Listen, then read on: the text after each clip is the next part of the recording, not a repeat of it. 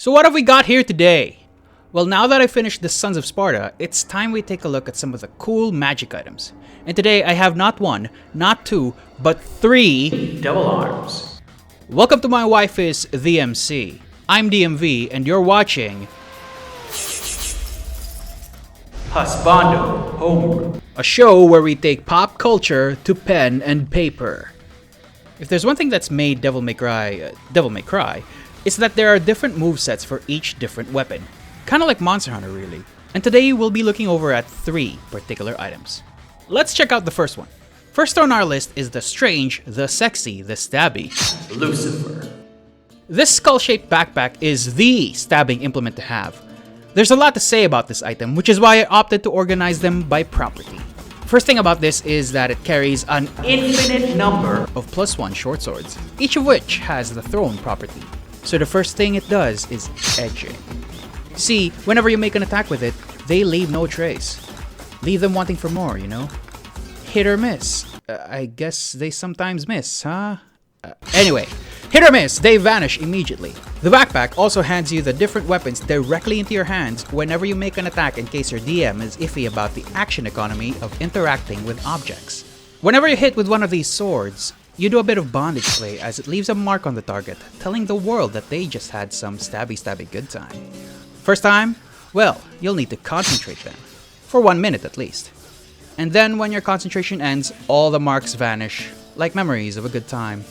You got multiple partners? Worry not, as you can certainly pin up all of them at the same time, and give them several marks of the same stabby living. Once you're close, you reach ecstasy, where every marked target explodes, for 1d8 force damage per mark, and they are set free.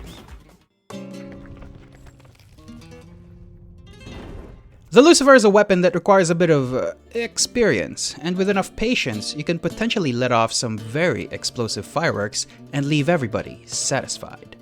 Let's take a breather with something simpler and look at King Cerberus, a transforming weapon that has 3 different forms, an implement of fire, ice, and lightning.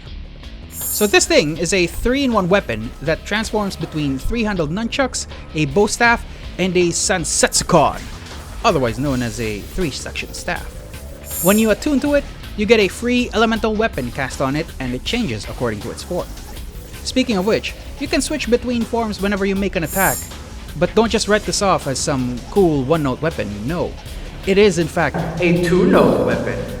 See, when you take the attack action, you can replace one of your attacks with a cantrip, the cantrip of which depends on the weapon's form that you're using. The King Cerberus is a great magic item to have if you want something that grows with you and can deal 3 kinds of elements. Last but not least, we have... So remember the Cavaliere, Angelo? Wouldn't it be cool if you collected its bits, no not those bits, and make a magic item out of it? Well, if your DM was crazy enough to allow this, may I present to you the Cavalier. This is a pair of scimitars that deals a fair bit of extra lightning damage. That's cool and all, but it can be better. When you make an attack while wielding both swords, you can choose to merge them into the revving cool vehicle mode. This mode finally lets you run side by side with a monk, and you can use its pointy bits to make an attack. The horn fender lets you use the bike as a lance, while the rear wheel lets you literally tire someone out. If you like to go around in style while making sure you can still punish some fools, the Cavalier might just be right up your alley. So what do you think about these magic items? Let me know in the comments down below how your DM rejected your request to use them. Remember to check out the Ko-Fi link in the description down below for the updated Devil Hunter's Handbook that has these magic items and much more. In any case, I hope you enjoyed the content and would love it if you left a like. If you're new here, I invite you to subscribe to get notified of any new D&D homebrew stuff we release, and don't forget to send this to your uncle. You can also find us in the usual social spaces if you want to keep yourselves updated. As always, thank you for being here and I appreciate you for making it to the end of the video. This has been My Wife is the MC. I'm DMV, and I'll see you in the next Husbando Homebrew.